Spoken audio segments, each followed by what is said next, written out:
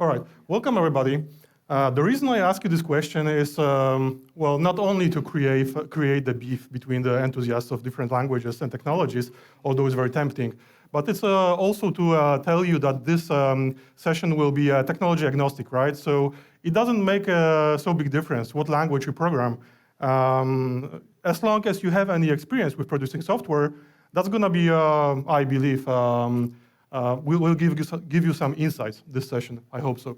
So we'll mostly lean into the language of architecture. We'll try to discuss that, right?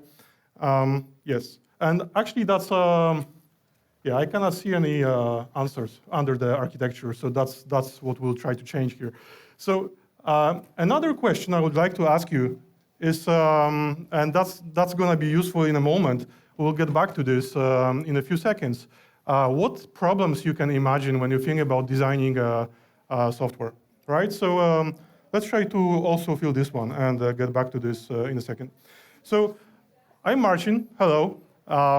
Nice to be here. Build Stuff has been always one of my favorite conferences as an attendee, and that's from, I think, the second or the third edition of the conference, so that's really nice to be here and talk to you. And this session is about automating your software design. The design phase of SDLC is mostly about working with documentation, right? So the session also will be about documentation, working with it. And the session is not so much about the AI. So we will spend some time, the minor part of the session, on the AI, but that's just one of the tools that we'll use. So I just don't want to get you disappointed, all right? Yes. That's about myself, this slide. So I do enterprise architecture in one of the biggest banks in Poland. I also speak at conferences, do trainings, and teach at university. Now, before getting enterprise architect, I used to be a software solution architect for some years. And before that, I used to be a developer, right, obviously. And this session is somehow a tribute to that coding guy myself, because we'll be doing a lot of things in code here. Right. So I'm especially interested in everything that is revolving around architecture and producing software.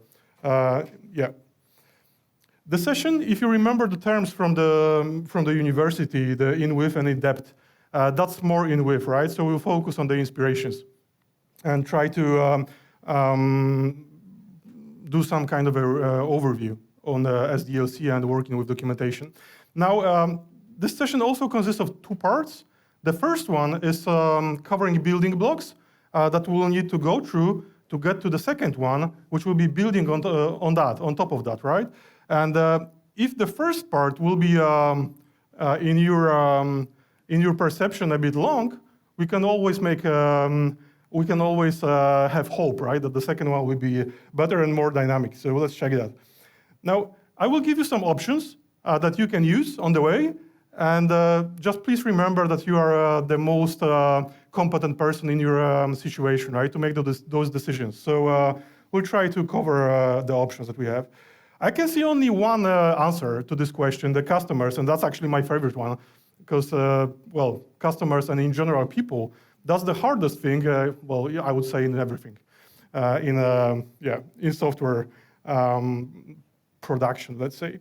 Now, what I mean here is when I think about designing software, I can group those issues into two major parts, the major groups. The first group is what you can see on this slide in relation to software design, which is chaos of information, right? And this means the documentation that is not very useful, it's not easy to find the information that you would look for, and it's more of a problem than the help that you get from this documentation. The other group of issues is overcomplication, over-engineering, right?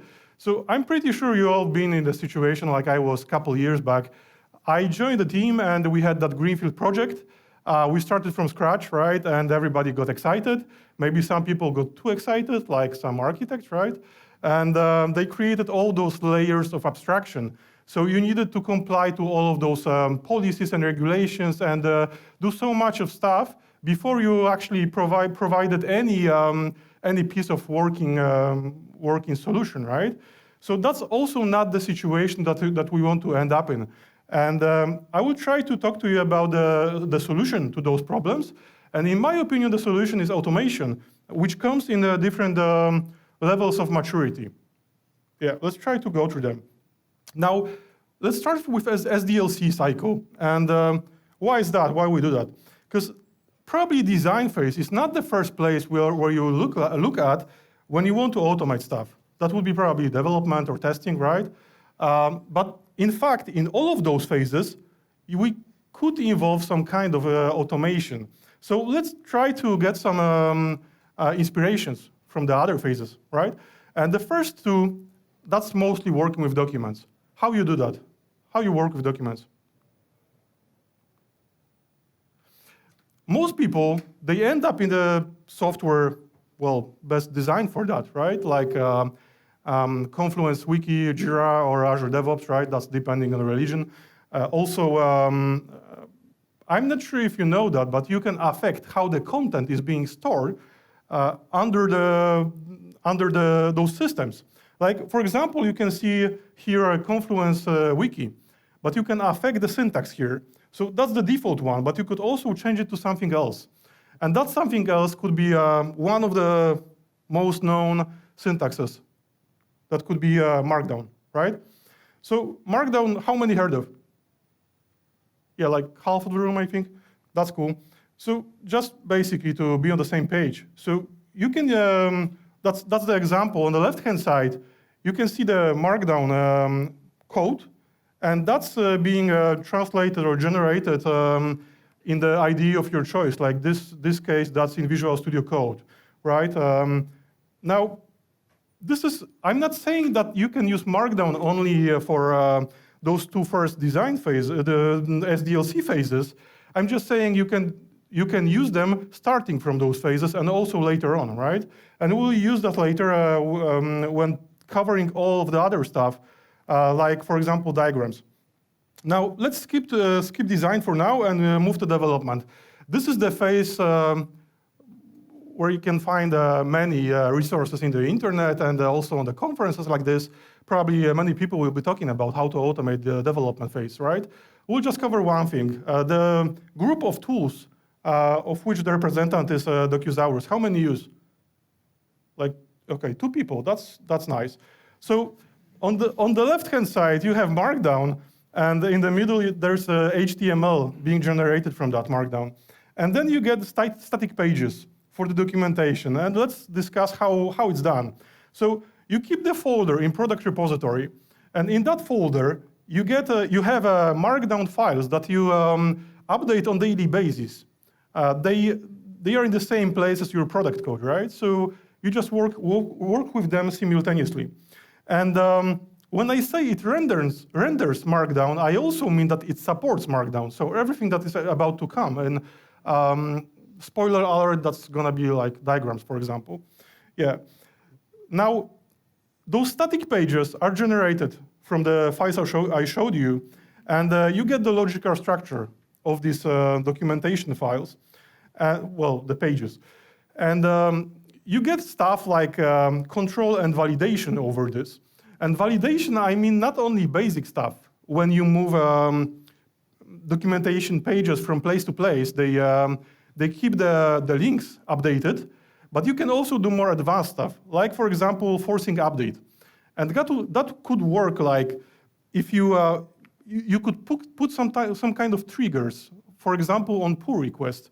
If you change that module with the product code, you can also put that trigger that the file with the documentation has to be updated, right? And that's gonna be checked automatically in the tool. Now, do you see any problems with that? Anything that you would like to avoid?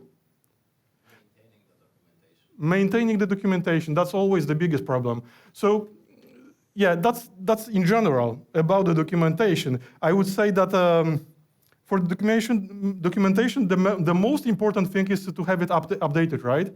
Because if it's not updated, then it doesn't make any sense to have this.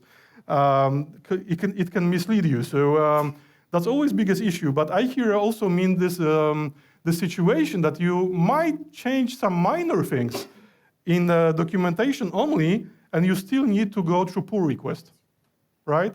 And that's not the place you always want to be. But that gives you some more control over how you document stuff. Because, for example, you can, as I just described, you can force those updates. And of course, you can still overcome this, like putting some empty characters, spaces or tabs, right, in documentation. But that's next level. And we could also produce some more sophisticated triggers that you not only change the documentation file, but you also needed to provide some content there, all right? Now, that's about the tools like DocuSaurus. And let's move to design phase. When I say design, you think what? What? Diagrams. Diagrams, yes. Okay. So that's not only diagrams, right? It's also depending on in which role you are. Anybody not listed here? All right, just checking the attendance. Now, design phase, it also has formal representation. And this is, this is some kind of translation from requirements to a blueprint. And this blueprint is implementation details. And this formal implementation of this of the product is a software requirement specification, right? That's the name of the document. And it consists of various things, like expectations and some mocks and sketches, right? And prototypes, also designs and information about the data and the infrastructure and so on. Now, the first part, let's say we covered already what is enough to work with those documents, right? The Markdown, for example. And the UI and UX, of course, you can also involve some kind of automation here. Like there's tools like Figma, for example, and they help you with sketching and mocking, but there's not so much being done in the code. And that's actually a different story. So we won't be covering that today.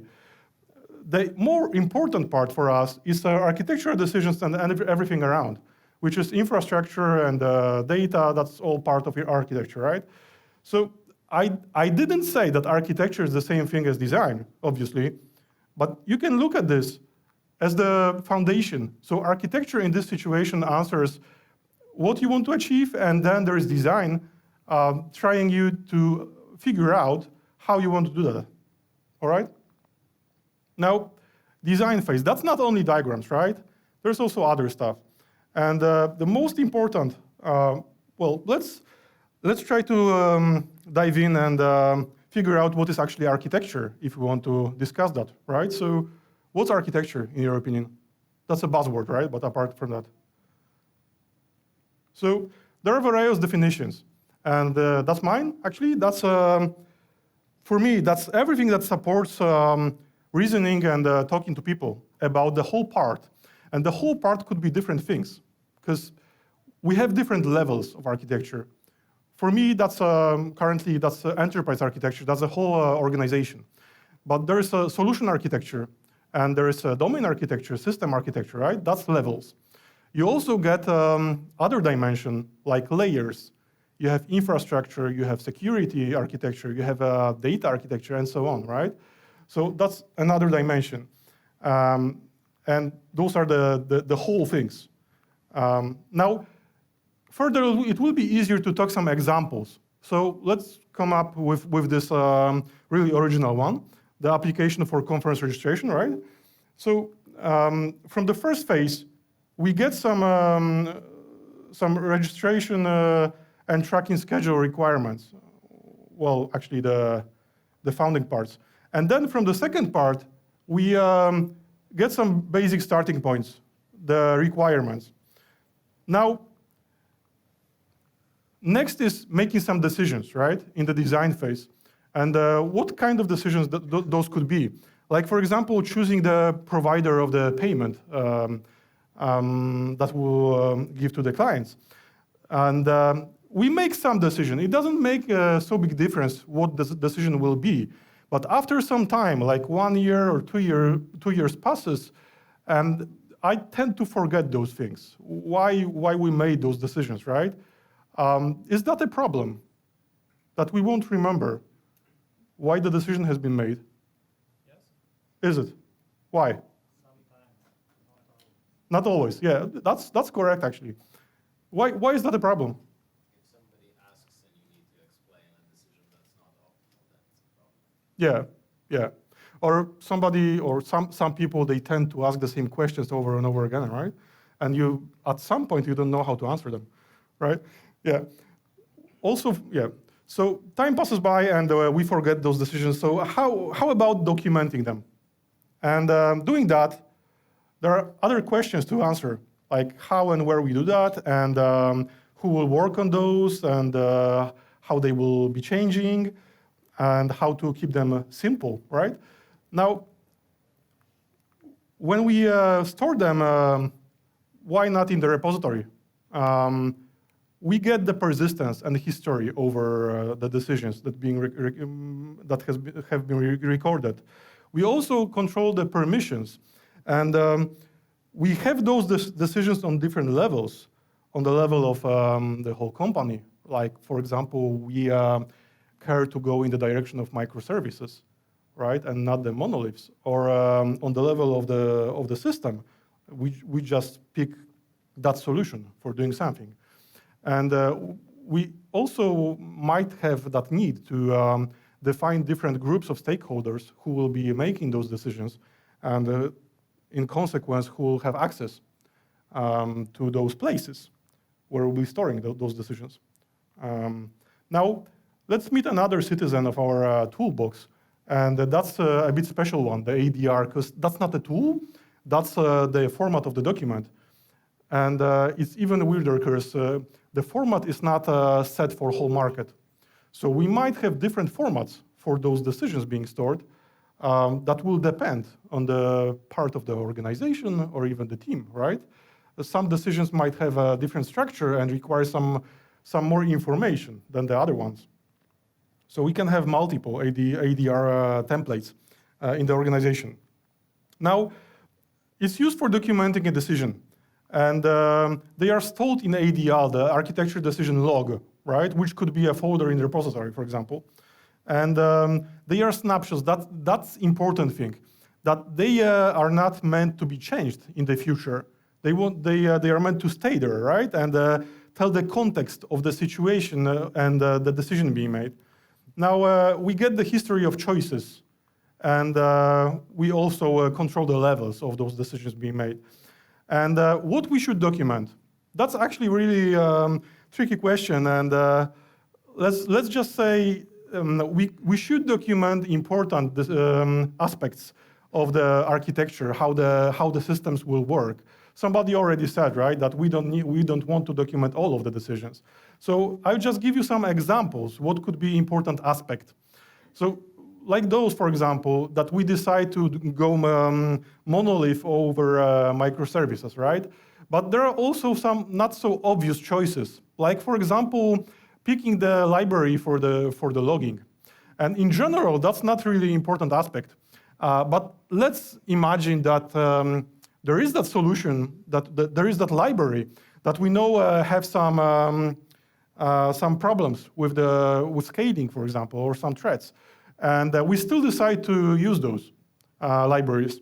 So that might be an important aspect to document, because we want to leave the information to other people why this decision has been made, right? And it has been made consciously.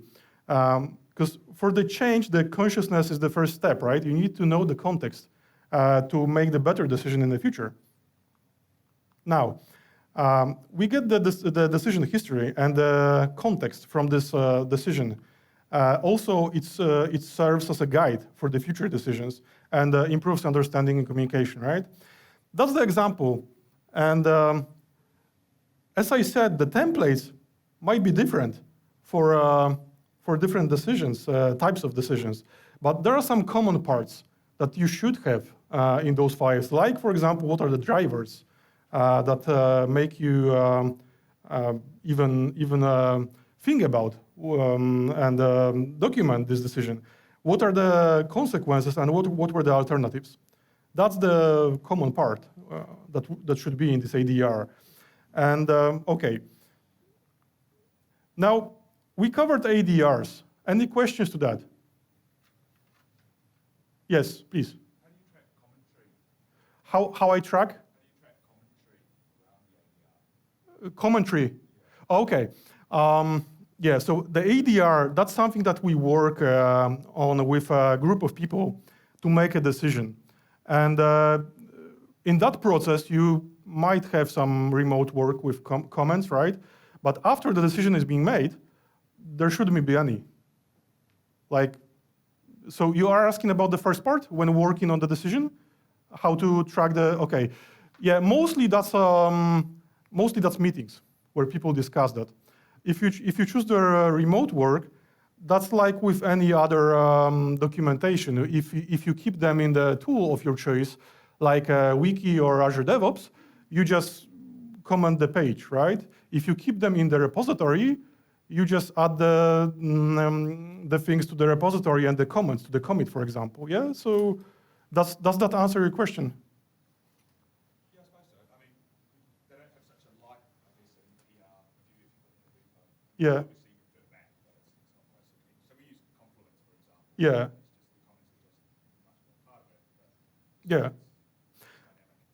dynamic. Yeah, it is. Yeah, in my experience, when doing that in Confluence or in Azure DevOps, for example, you mostly use the comments to the site where this is described, and that's also one of the reasons why I suggest to use the repository for this. That's giving you more control, right? And yeah.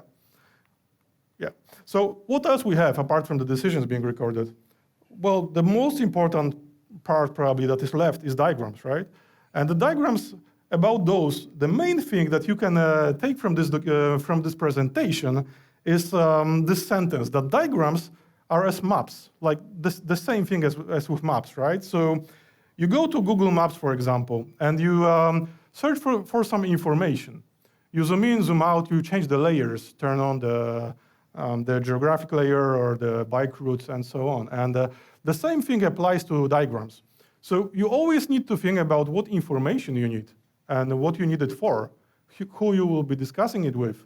So it gives you some answers. If you need a diagram of this module or the big picture, for example, and then you want to have only infrastructure layer.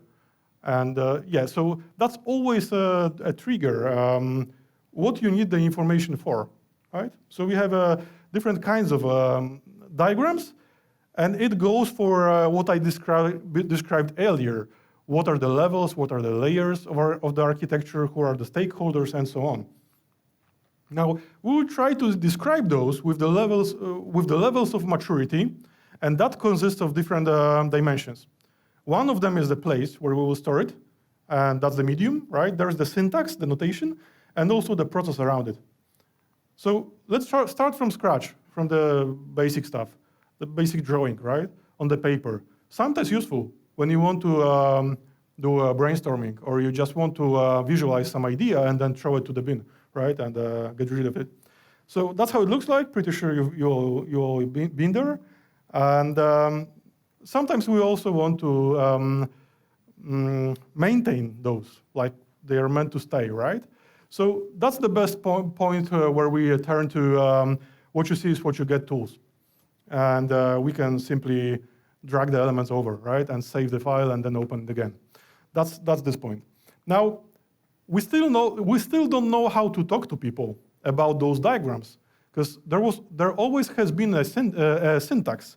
The thing is, it was pretty basic one, the boxes and arrows, right? So only I know what I meant when I drew this rectangle, right, and this arrow. So that's a problem with the communication.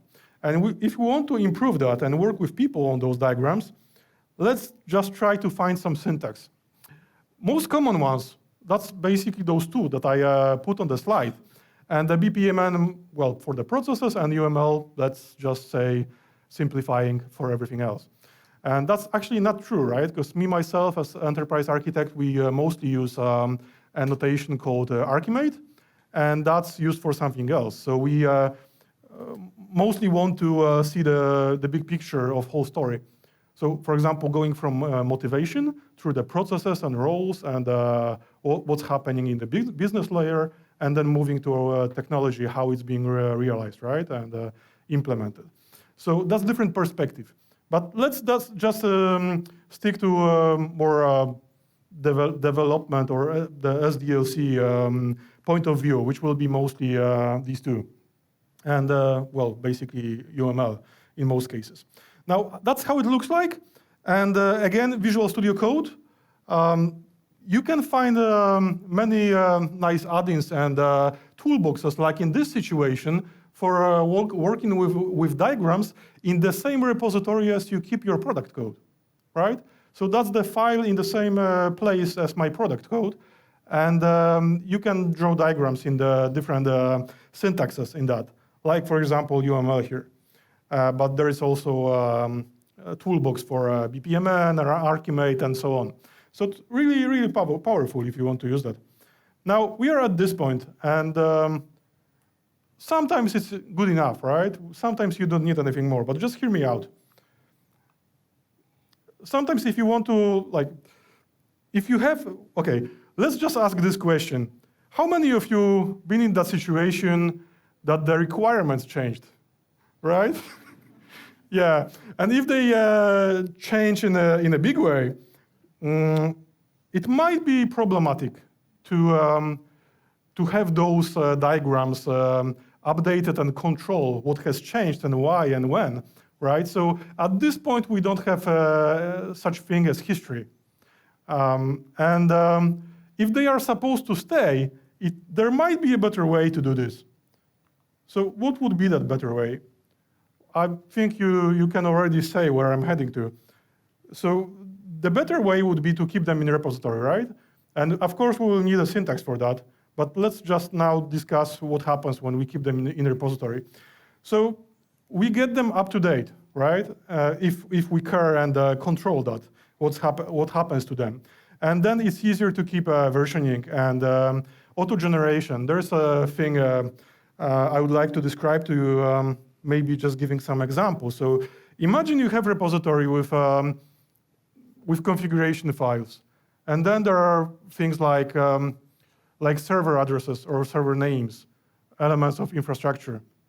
And you just write that script once, right? That goes through the repository and then retrieves the server names and puts them in the file created for that. So you get the map of servers automated by the tool on daily basis, and then somehow the output of this is written in or generated in the syntax that you can use to visualize the diagram, right?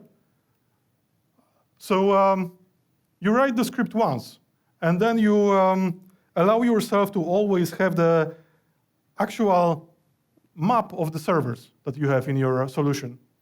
And there are other cases, like, well, there are tools like SonarQube, pretty sure you know those.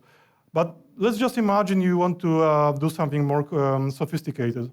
You can also write such kind of script doing this and generating the output that you want in the format you want. Also, there are patterns like Strangler pattern, where you have dimensions, different clients, different endpoints, and you want to track who already has switched to what in the new solution from the old one. That might be easier to also do with the script, generating the diagrams. I use that a lot. Now, those diagrams, they serve as the best documentation that you could have. And when we put those in the repository, just notice how much we get in the process part around making those diagrams, right? Like validation and versioning, for example. Now, what is the way to achieve that? There are syntaxes, and most common ones are those two. I will talk about Mermaid, because that's my favorite one. And they are basically really similar. They both are JavaScript-based, and they translate from text or Markdown to diagrams and charts. Now, that's the example. And there are, of course, multiple kinds of diagrams. And just please notice the syntax. How easy is that to play with, all right? And of course, those arrows, the types of arrows, they make a difference. If you want to specify to UML specification, because that's actually being generated in the UML syntax, right? So there are also other types of diagrams, like here state diagram, right? And if you misspell the node name, it will think that's something different, right? So you will straight away see it on the diagram that you have misspelled it. It's not that clever to suggest you that that's the same object. All right. So yeah, we also have some if you like to play with those normalized forms, right? And some other stuff, visual representations for the processes or algorithms, right? The structure diagrams, the flowcharts. Now, when we use those, all across the SDLC cycle, it's not only in design phase. Like imagine working on development with the team and discussing on dailies, not on the Kanban board, but on the diagram. Who is where, implementing what part of the system, right? And what is already green, what is still red, and so on. I tried that, and it's really helpful because the picture, right? It tells you more than 1,000 words, and it really works.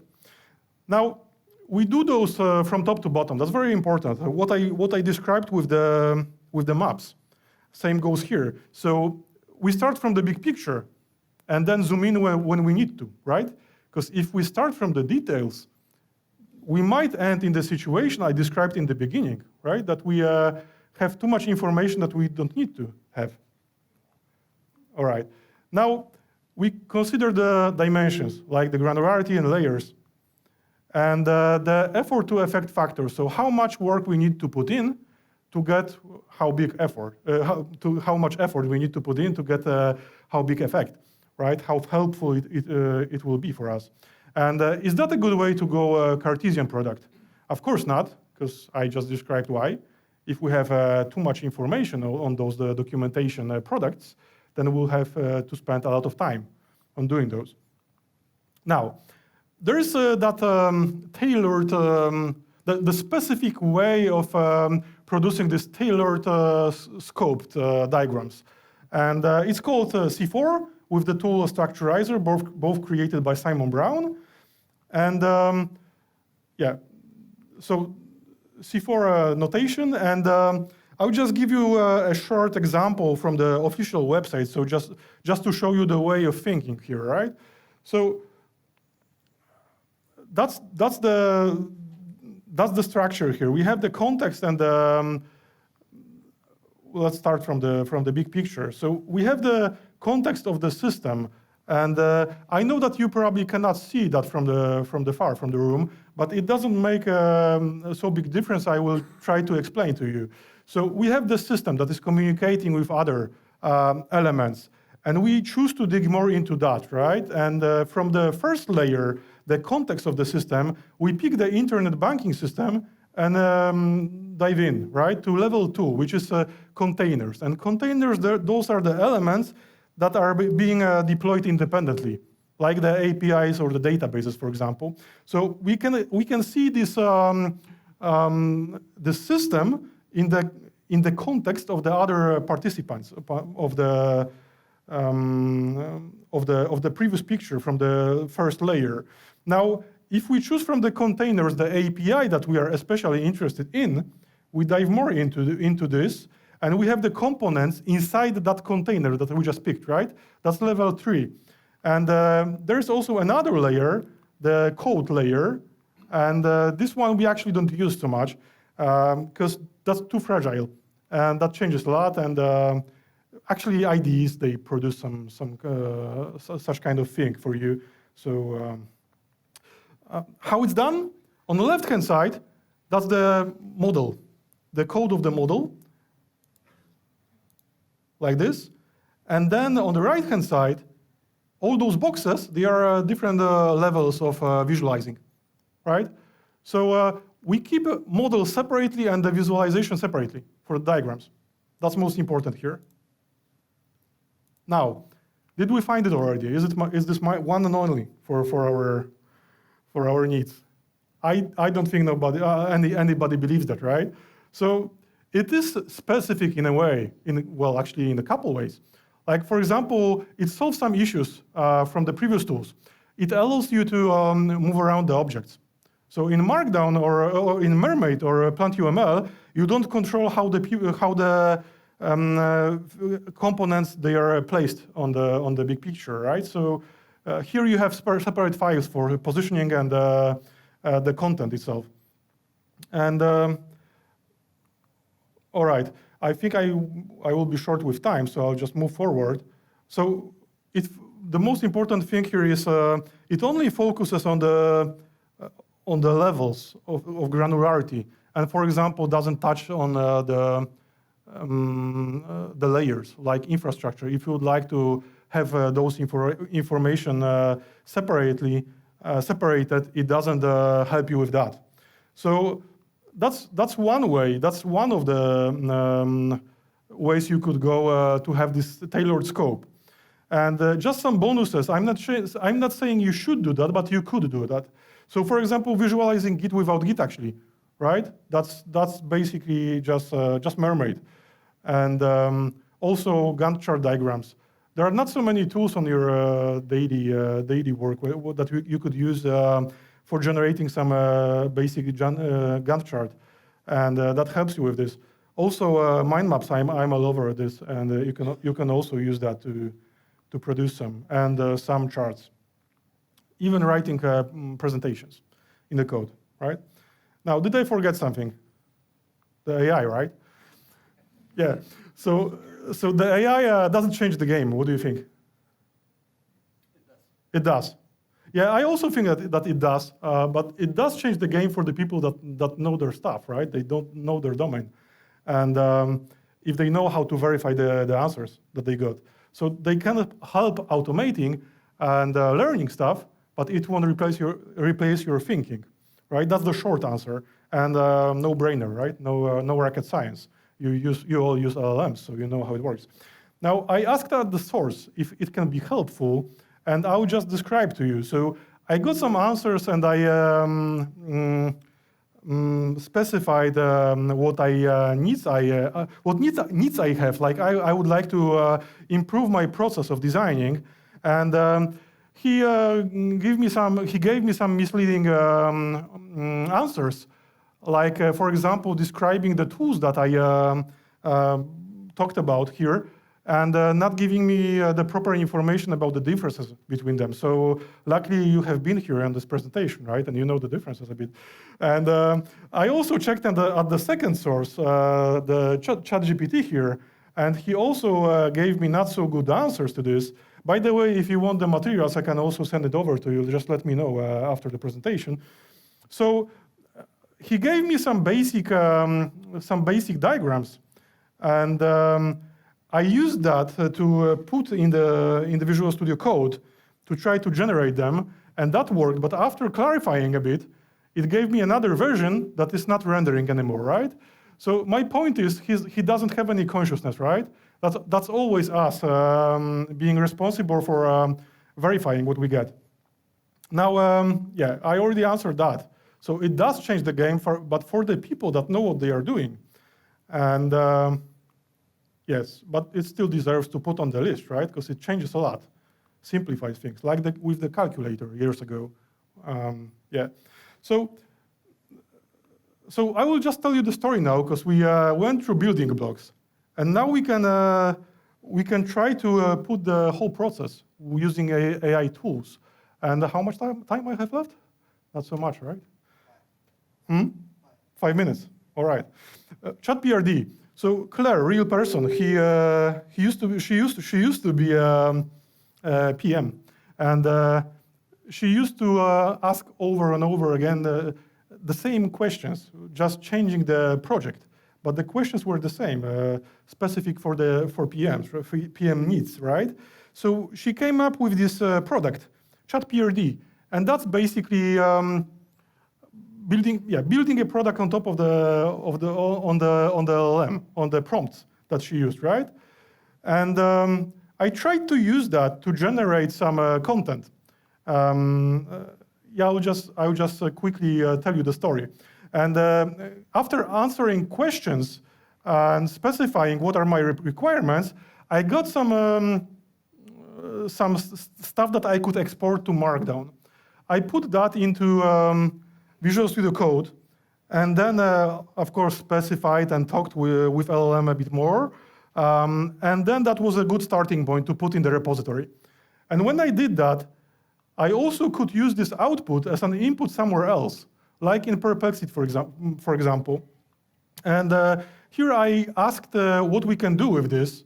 And we tried to come up with some ADRs. The one for the framework that we will use for the front end, the other one for API. And then I asked for the template that we could use in the company for the ADRs in the future also. So when we have that template, we can store this in the repository and then use across the teams as an input for LLMs, right? No matter what LLM we will use, we will just make sure that it's always the same. Now, we put that ADR template in the repository as well, along with the ADRs, and then we move to diagrams. He cannot draw any diagrams, but he can produce code, right? And we already know Markdown, Mermaid, for example. So that's good enough. And we generate some diagram from this communication. It's really basic. Only the success story is being covered here. And I wanted to ask him about adding some more, like a failure path. So he did that and produced this code. But from this code, the diagram is pretty complex, right? For two cases. So I was wondering what I could do with that. And that's actually the point where the creativity kicks in. And I'll just give you one example. But that's just a starting point. So how about marking those paths with a tag that I will use? And then try to use the LLM as the generator for our diagram. So this will be our model, and we'll use the LLM to generate the visualizations. And I tried to do that. He did that. He produced those two diagrams for me, although it took him like 7 minutes. Can you believe this? 7 minutes for the simple piece of code. Now, so there's some room for creativity. There is also other stuff that we could do. Like we could, what is happening in the market right now? We could try to teach the LLM our domain knowledge. What are the values of the company? If we go microservices or monoliths and so on, what projects have succeeded and which they didn't, and having him understand our company domain knowledge, it might be easier for us to to get better products from him, like those documentation files, right? Of course, MCP and other tools like Perplexity Labs, that's also what is, well, not even coming, but it's already here. So we could move forward with this. Now, that's an incomplete map of the concepts that I covered here, and that's also being generated with the code, with the Mermaid. And what are the key takeaways from this session? There's no size fitting all all the needs we have. There is selection of options, and we always need to keep an eye on the effort to effect factor. Try to have your process automated and products up to date, right? And consider those dimensions I mentioned. And to avoid troubles that I described in the beginning. And of course, use AI and other tools, but just verify what you are doing. Now, if you want to leave me some feedback, I'll be grateful. And if you also want to continue, I will also be grateful. And I'll just take a moment, if you don't mind, to have one with you. Great. And do we have, yeah, thanks for having me. And do you have some questions?